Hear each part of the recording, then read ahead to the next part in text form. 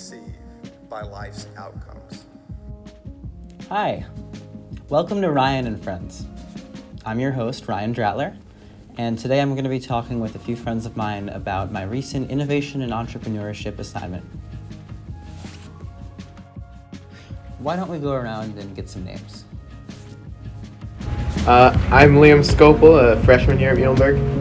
I'm Ella Blumenthal, a freshman here at Muhlenberg. I'm Tyler Motles, a freshman here at Muhlenberg. I'm Max Gorman, a freshman here. Why are you saying you're here? A freshman here at Muhlenberg. I'm Lucas Stewart, a freshman here at Muhlenberg.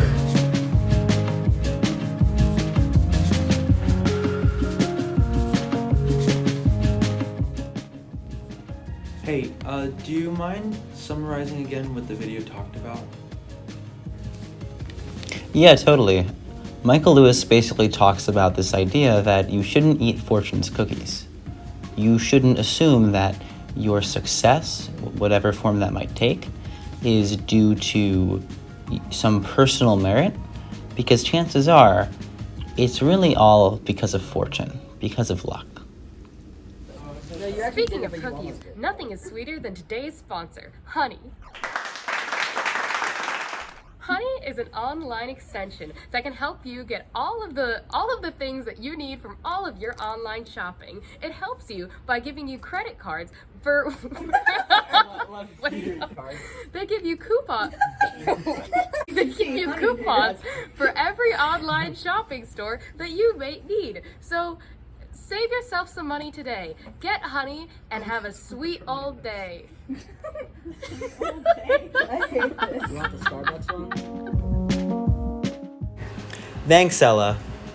Now, how do you guys feel about that? Well, I think it's a mix of luck and putting things in. You know, you can't just get somewhere by being lucky. You need to put in your own effort.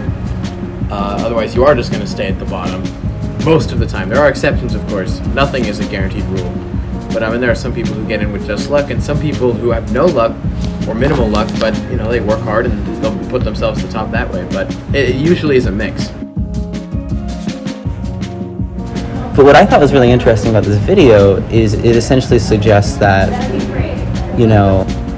even the good leaders can do with a little bit of humility. Yeah, being a leader is a trait in and of itself. It doesn't even particularly mean that you're more qualified than anybody else or less qualified than anybody else. It just means you're good at kind of showing everybody a path. When you're, I don't know, maybe you're hiking or something, you're leading people down a way, or like a group, you have a group behind you and you're their leader. Maybe you don't know the most about hiking or wilderness or exploration, but a good leader is somebody who brings the rest of the team together so they all can kind of work and collaborate. I think that's the role of a leader, is bringing everyone together. And I think going off of what you said about how even the best leaders need some humility, I think that is true, because there's a lot of luck to it, I won't deny, because I read, there's a whole book about it called The Outliers that I read, and it goes into this whole thing about how, presidents or whatever, you look and here's all those times they got lucky, and here's the times they worked hard. But it's not just hard work. So I definitely agree with the idea that the leaders need some humility. Honestly, using that as a segue, in class last time we met, we had a group activity where I was put in a group with 3 random other people in my class, and we were given a task. Have you ever played those puzzles where you have a grid of people and a grid of roles, and using context clues and a series of clues, you're supposed to figure out who is which role? Oh, yeah. Like who's dating who ate what, or stuff Who like did the that. crime? Yeah. We had something like that. And we weren't given any direction. We were kind of just told to figure it out. And our teacher asked us questions, like, did anyone emerge as the leader of your group? If so, how? Was it the person who Canvas assigned as the team leader? And looking at my group, there wasn't necessarily a leader. We all kind of worked on this individually, and then we exchanged thoughts and ideas as we progressed, but each of us had our own little piece of paper with our own little chart that we made. And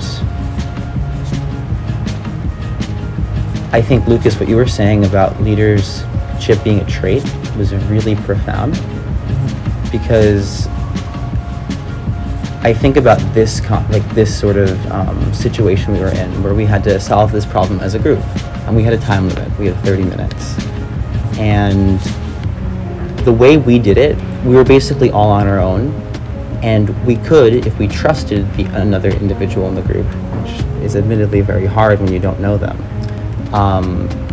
we could have used some of their observations and their eliminations to supplement our own work, so we have to do less work. But what ended up happening for my group was we were so bad at communicating, we were so not on the same page, that we were basically just doing the projects on our own. But I think part of leadership, and again, Lucas, this is kind of referring to what you were saying, is sort of taking responsibility for the fact that you are involved in a decision-making process. Yeah.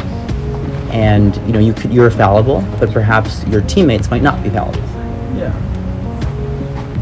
Yeah, that makes sense. It's about collaboration. Sometimes you don't need one specific leader, but also sometimes it's helpful for organizational purposes.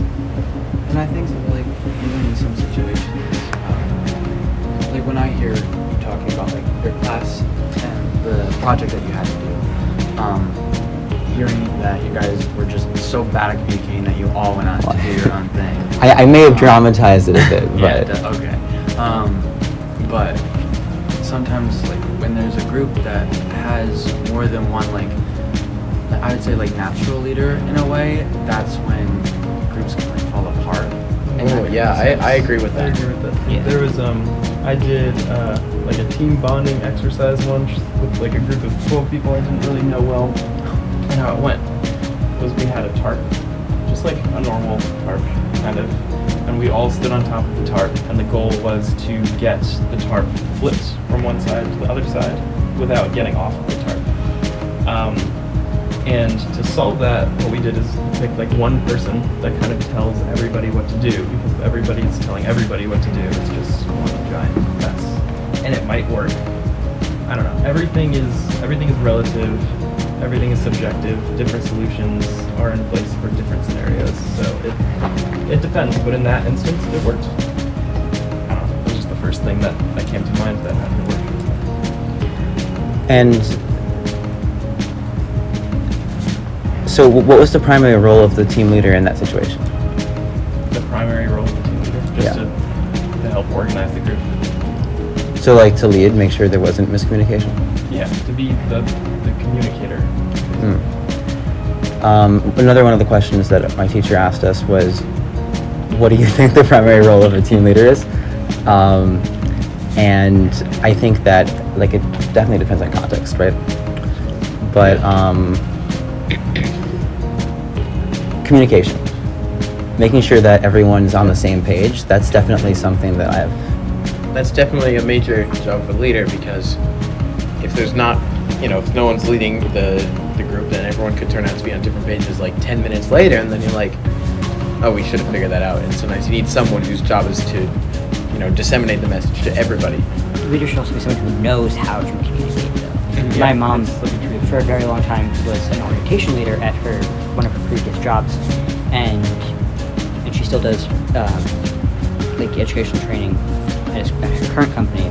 And a lot of the things that she has to do is use very layman's terms for things, because you can't assume that in a paper mill everyone is going to have a college degree and everyone's going to know specific technical terms, so you have to use very basic language. And so you can't teach everyone to your level, you have to teach them to their level, and build them up. And build them up. And that, even if a leader is not necessarily teaching, you still have to be able to communicate effectively with everyone. And I think there's a sense of understanding in that as well. Yeah. You have to understand that they have to be all on the same level, and so where they are and how to effectively communicate.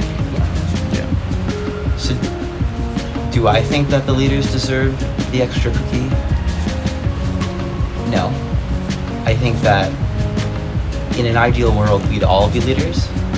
We'd all have that understanding of communication skills. Whether or not we are the designated leader in a specific situation, to me, isn't as relevant as the fact that we are able to recognize who is and cooperate with them in a healthy and functional manner. So, are you saying that like we should all be competent to be leaders, but understand in what situations and circumstances that we like stand back and let someone else take the reins?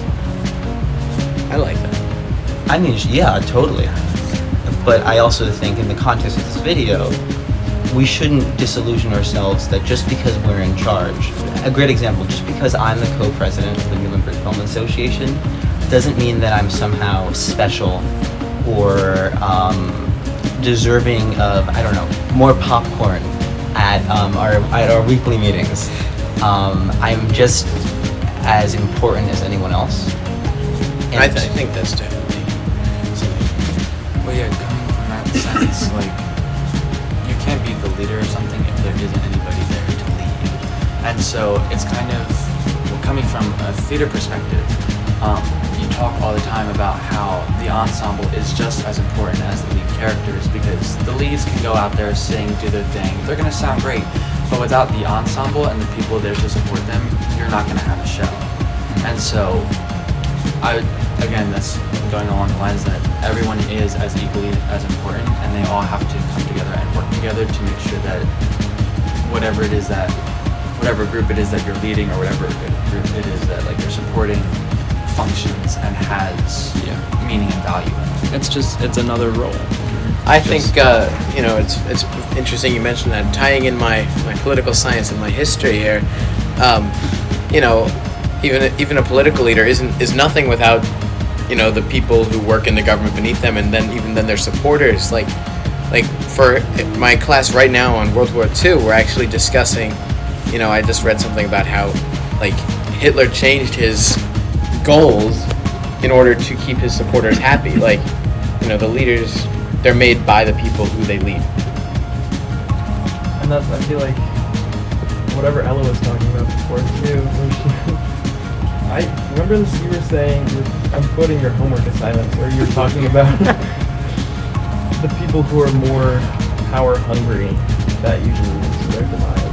It's usually the people who seek the most power. What was that quote?